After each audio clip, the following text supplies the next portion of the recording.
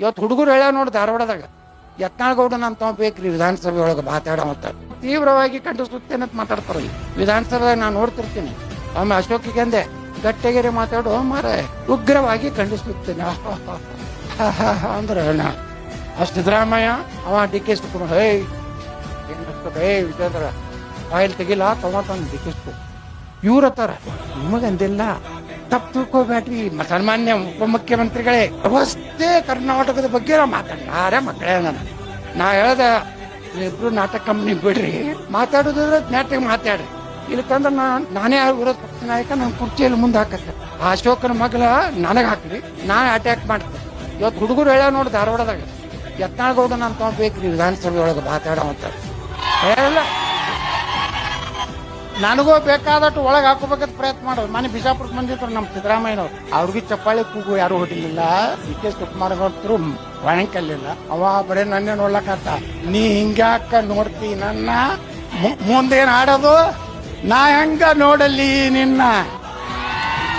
ನನ್ನ ಮ್ಯಾಗ ಕೇಸ್ ಹಾಕದ ಡಿ.ಕೆ. ಶಿವಕುಮಾರ್ 200 ಕೋಟಿ ರೂಪಾಯಿ ಹಾಕಂದೆ. ಈಗ ಅವನೇ ಹೆಸರಾಗಲ್ಲ ಕೋರ್ಟಿಗೆ ಅವನು ಸಿಕ್ಕೈತೆ ಒಂದು ಪಾಯಿಂಟ್. ಆ ಪಾಯಿಂಟ್ ತೆಗೆದು ಬಿಟ್ಟಿರ್ತಾರ ಮುಖ್ಯಮಂತ್ರಿ ತಮ್ಮೆ. ಅದಕ್ಕೆ ನನ್ನ ವಿರುದ್ಧ ಮಾನಹಾನಿ ಹಾಕಿದ್ದು ಸಹಿತ ಇವತ್ತು ನಿನ್ನೆ ಕೇಸ್ ಇತ್ತು ಕನಕಪುರ. ಮಾನ್ಯ ಉಪಮುಖ್ಯಮಂತ್ರಿಗಳು ಬಿಜಿ ಇರೋದ್ರಿಂದ ಕೋರ್ಟಿಗೆ ಹಾಜರಾಗ್ತಾ ಇಲ್ಲ. ಇದು 10ನೇ ಸಲ ಇದು. ನಾ ಹೇಳೀನಿ, ನೀ ನನಗೇನಾರ ಟಚ್ ಮಾಡಿದಿ ನಿನ್ನ ನಾ ಹೆಂಗ ನೋಡ್ಲಿ ನಿನ್ನ. ಸಿದ್ದರಾಮಯ್ಯ ಅವ್ರಿಗೆ ಹೇಳಿನಿ, ಸಿದ್ದರಾಮಯ್ಯನವ್ರೆ ನೇ ಮಿಸ್ಟರ್ ಯತ್ನಾಳ್ ಬಿಜೆಪಿದಿಂದ ಎಕ್ಸ್ಪೆಲ್ ಮಾಡ್ಯಾರ ನಿಮ್ಮನ್ನ. ಇವನೇ ದೇವೇಗೌಡರು ಎಕ್ಸ್ಪೆಲ್ ಮಾಡಿದ್ರಲ್ಲ. ಏನೋ ಇಲ್ಲ, ಸನ್ಮಾನ್ಯ ಶ್ರೀ ಮಾಜಿ ಪ್ರಧಾನಮಂತ್ರಿ ಎಚ್ ಡಿ ದೇವೇಗೌಡರವರು ಎಕ್ಸ್ಪೆಲ್ ಮಾಡಿದ್ರು. ಕೇಳಿಸ್ಲಿಲ್ಲ. ಇನ್ನೇಮ್ ಹೇಳ್ರಿ ಗೌಡ್ರ ಅಂತ ಅವ್ರು ಕಾಂಗ್ರೆಸ್ MLAಗಳೇ ಇನ್ನೇಮ್ ಹೇಳದ.